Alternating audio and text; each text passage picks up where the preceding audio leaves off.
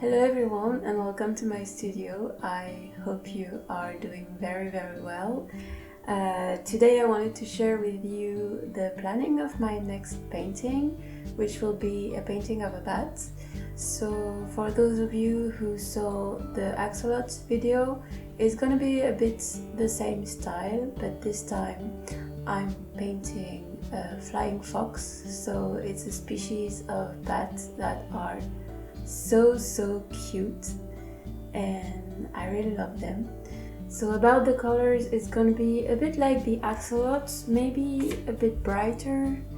So I selected some colors that I like, and yeah, so this is a very quick sketch of the bat. I'm quite happy with the tests that I did. I think this is too pastel and this is too bright, so I'm probably gonna go somewhere in between. But now I have a problem with my white paint. Like, it has dried, so I tried to put some water to get what's left on the bottom, but now it's too diluted, so I really have to buy a new one. So by the way, I'm going to use my Japanese paints that I love so much. This is the brand that I use. I bought this in Japan, but fortunately there is one shop in France that imports this brand of paints. So we're going to go to the shop, buy a new tube of white and maybe a few more colors, but I'll try to stay reasonable. We'll see.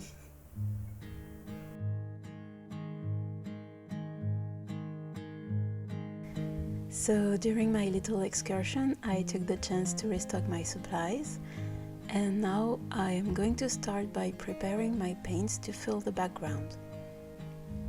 So I'd like to do a gradient between purple and yellow, going through orange and pink to make a slightly funky sunset. And I want to keep it super bright, so I'm just going to dilute the colors with white.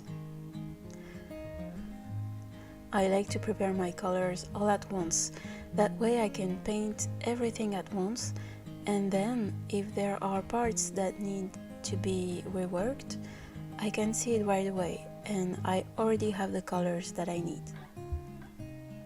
It's not really visible here, but I had already made the sketch of the bat on the paper, so that's why I avoid the area in the middle where the bat will be. Also, as I made my sketch with a very thin line, as soon as I have filled the background, I will outline the shape of the bat with a slightly darker gouache, and that allows me not to lose my sketch under the layers of paint. And also it allows me to check that the composition is as I want it to be, that the bat is placed where it should be, because if ever there are major changes to be made to the composition, it's better to be aware of them at this stage. Then I decided to rework the background because I thought it was a bit too flat. I did a test on my sketchbook with brush strokes rather than a gradient, and it looked much better and much more dynamic, so I decided to do that instead. Once my background was dry and I was happy with it, then I could start copying my blueberry branches onto the final painting.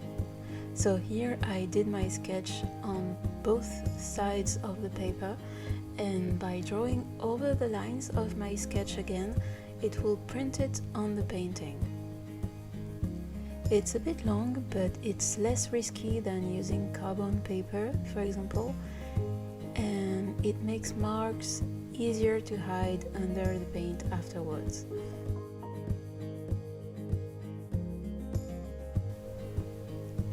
I chose to illustrate a bat today because it is an animal that is rarely portrayed in its best light.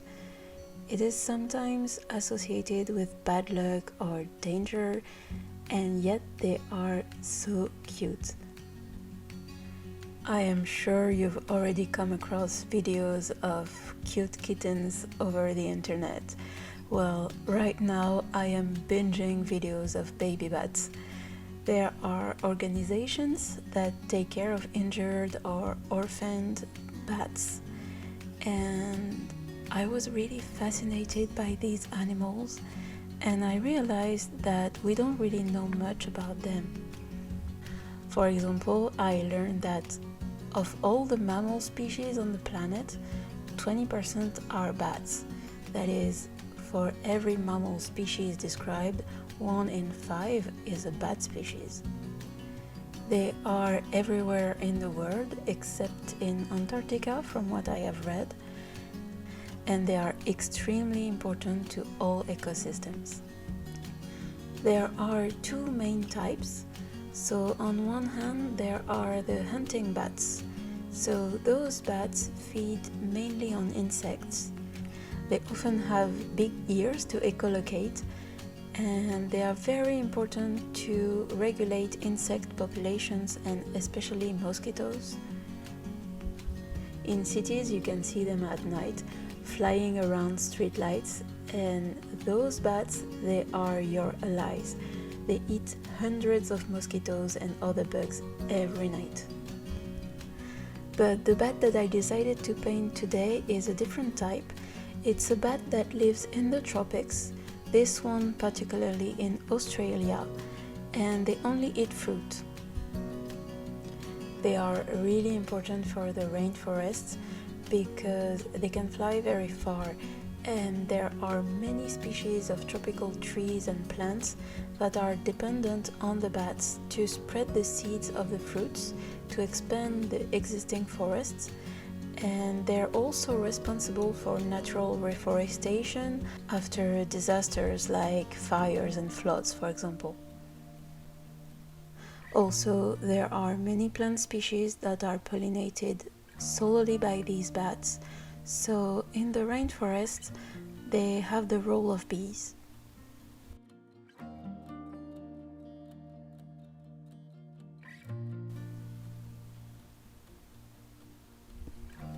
Up to that point, I was doing pretty well in the painting. I even started to paint the detail of the fur on the head a little bit. But when I started to paint the colors of the neck, from the beginning I really struggled. In fact, I wanted the orange to really stand out, and so I used almost neon orange, and I immediately realized that I didn't like it at all. And I tried to add brown to create some shading, and it was even worse. And the more I tried to fix it, the more it didn't look right. And well, I finally realized that I had to change this whole part. So to wipe the paint off, I first put water on it, and then I remove most of the paint with my brush. And then with a clean paper towel, I dab the area I want to erase, and that's what's convenient with gouache. You can always go back and start again. Well, obviously it's frustrating, but I think it was necessary. In fact, I think at that point I was too tired. So I took a little break and I went back to it slowly with a less bright color, and it actually looked much more natural and it was much more in harmony with the rest of the painting. Then I painted the blueberries, and to give volume to the blueberries, I used several shades of magenta, and also under each blueberry I will make a small dark shadow that will give a lot of depth. And also I will draw the small hole that corresponds to the blueberry flower that has dried up, and that will allow to recognize that these are blueberries and not grapes. Then I started to paint the blueberry branches. You can see that she grabs the branch with a little claw that is on the wing, and in fact this claw is a finger. Bats have 5 fingers like us. There are 4 fingers that are connected by a membrane to make the wing, and the 5th finger is on the outside. In fact, it's her thumb, and it's so strong that she can even hang herself by her thumbs when it's convenient. For example, if you've ever wondered how bats pee without getting all messy, well, they do that. They hang by their thumbs to flip themselves over. Well, I am sure you are happy to know this little detail. They can also grab things with their feet. We see them doing that when they eat. They hold their food with a hind leg, or they take a small hoard, and it really gives them a greedy look, and I really wanted to reproduce this behavior on the painting. It's starting to look good. I'm really happy about it. So I changed a little bit the colors compared to what I planned to do, because for example the bat is purple and the blueberries are purple too, and I should have expected this, but this was not really a good choice on my part. But then I switched the blueberries. They're kind of pink now, but it's nice, it's looking nice. Also I changed the colors for the leaves because the background is yellow and I planned to do a bluish green for the leaves, but it was not looking good. And I switched to a lime green and it's really popping out. So I need to work on the details now, but I know it's gonna be much easier from now on because I know where I'm going and yeah, I know what I'm doing. It's nice. Then I worked slowly on the leaves, so this part actually took me several days, but I like it a lot. It's quite a repetitive work, but also it's really motivating because with each leaf, it's a small victory, and I can see the progress that I make at each step. And it's really gratifying at the end when you do the finishing touches, the little details of the hair and the little fingers with the highlights on each claw, and also to make the fur so that it looks really soft and really furry. It's a long process, but for me it's the most pleasant step because it's really gratifying to see the painting come to life.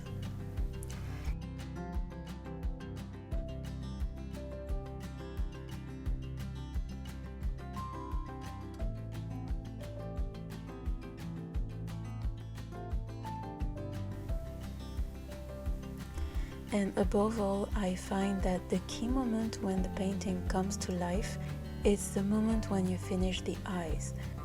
It's always the first thing people look at. The eyes is really what will make us feel an emotion. So it's really important that this part is perfect.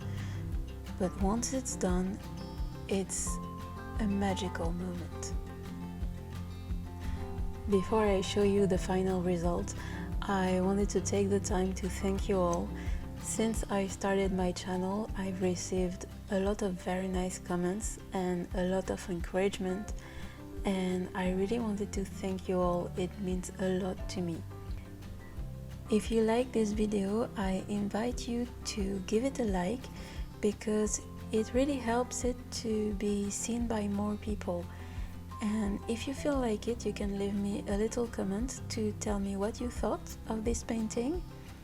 And on that note, I show you the final result and I will see you very soon. Bye.